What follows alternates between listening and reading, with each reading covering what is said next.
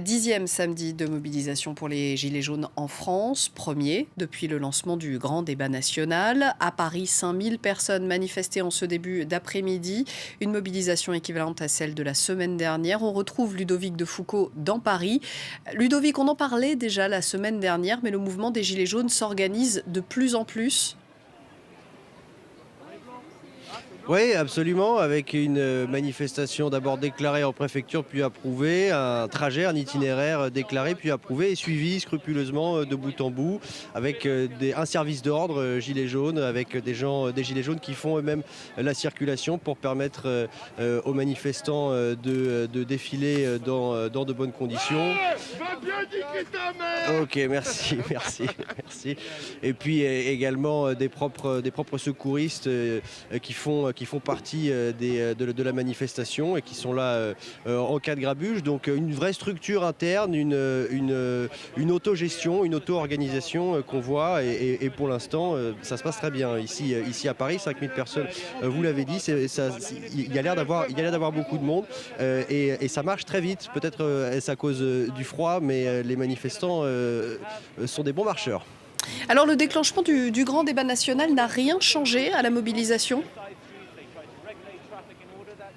Non, en tout cas, pas ici, puisque le mot d'ordre particulier pour cette manifestation ici, celle dans laquelle je me trouve, hein, dont encore une fois l'itinéraire a été déclaré en préfecture, le mot d'ordre c'est vraiment contre les violences policières. Les Gilets jaunes ne sont pas les seuls, on y reviendra, mais les Gilets jaunes considèrent que la répression policière est disproportionnée et notamment ils dénoncent l'utilisation disproportionnée par les forces de l'ordre de ces lanceurs de balles de défense, hein, ces LBD, ces flashballs dernière génération qui ont pu blesser gravement de nombreux manifestants. Je dis que les Gilets jaunes ne sont pas le seul à dénoncer l'usage peut-être excessif ou en tout cas disproportionné de ces LBD parce que d'autres personnes, notamment dans la société civile, on parle beaucoup de David Dufresne, le journaliste qui systématiquement, méthodiquement a recensé toutes les blessures infligées aux manifestants. Il y a une quinzaine de personnes qui ont perdu un œil et puis on compte maintenant plus de 250 personnes qui ont été gravement atteintes par ces balles de défense. Il y a aussi le défenseur des droits, Jacques Toubon,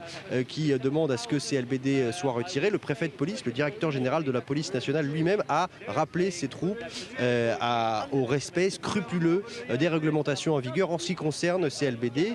Et en l'occurrence, il s'agit pour les policiers de ne pas viser les manifestants à la tête, ce qui, on le voit, n'a pas toujours été fait puisque certains ont pu perdre leur œil. Et puis de toujours respecter une distance de sécurité entre le tireur et la cible. Donc voilà le vrai mot d'ordre pour cette manifestation qui avait pour objet de rendre hommage aux personnes qui sont décédées en marge du mouvement. Donc ça, c'était surtout des accidents de la route, mais aussi pour tous ces blessés, ces mutilés qui sont dus notamment à ce que les Gilets jaunes considèrent comme un usage disproportionné de la force par la sécurité publique. Merci beaucoup Ludovic de Foucault à Paris pour France 24.